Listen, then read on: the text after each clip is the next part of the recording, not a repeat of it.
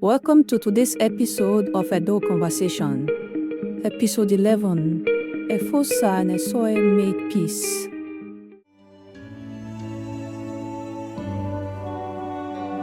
Efosa, usediane, umasatiwi mugahere. Nimgahewe.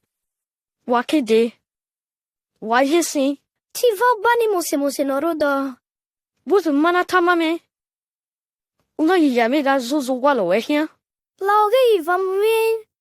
Otike kimi mugahere. Uwe, ihi weni mokpade ilo dena. Uye womuba. Unigwe.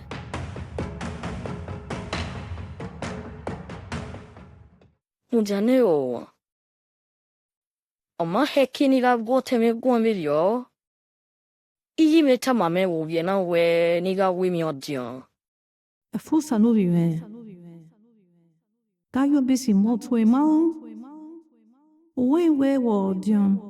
Otwone hirino. Warazubone webe. Uiri ela diowa.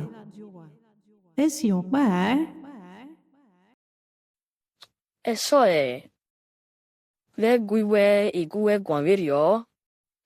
Uwe iwe mewe. Inu tumbi. Wokbana. Efosa, uwe gwi.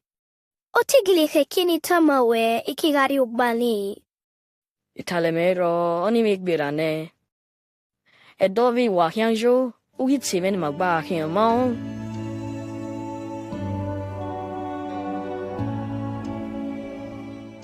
Are you struggling to speak Edo? Or do you want your kids to learn the language? Register for our online Edo language class today. You can also get a copy of our Edo language book to support your learning. For more information, kindly send us a DM or visit our website. Wadiara Zedo. Amaze Woma Awi.